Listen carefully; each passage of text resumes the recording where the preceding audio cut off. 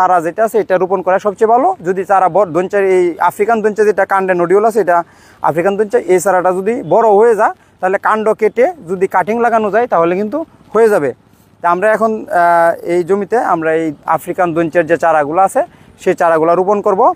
আর আমাদের যে সকল কৃষক ভাইয়েরা ধান রোপণ করবেন তারা কিন্তু চাইলেই এই জীবন্ত পার্চিং যেটা আছে আফ্রিকান ধনচা চারা রোপণ করতে পারেন, অথবা যাদের এনে ধনচা চারা নাই তারা যেটা করতে পারেন সেটা হচ্ছে বাঁশের কঞ্চি বা গাছের ডাল, সেটা 8-10 হাত পর একটি করে পুঁতে দিতে পারেন। এতে হচ্ছে আপনার প্রাকৃতিকভাবে পাখি বসার স্থান পাবে এবং আপনার ফসলের পোকামাকড়গুলো তারা অটোমেটিকলি খেয়ে ফেলবে এবং আপনার ফসল থাকবে নিরাপদ।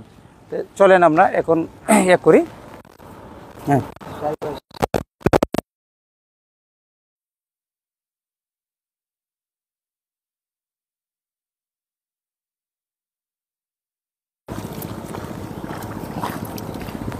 এই যে লাগান পরে গোড়ার মধ্যে অন্য জায়গাতে একটু মাটি এনে দিয়ে দিবা।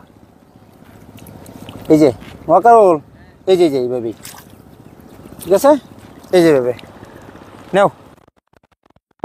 আচ্ছা আচ্ছা, ঠিক আছে।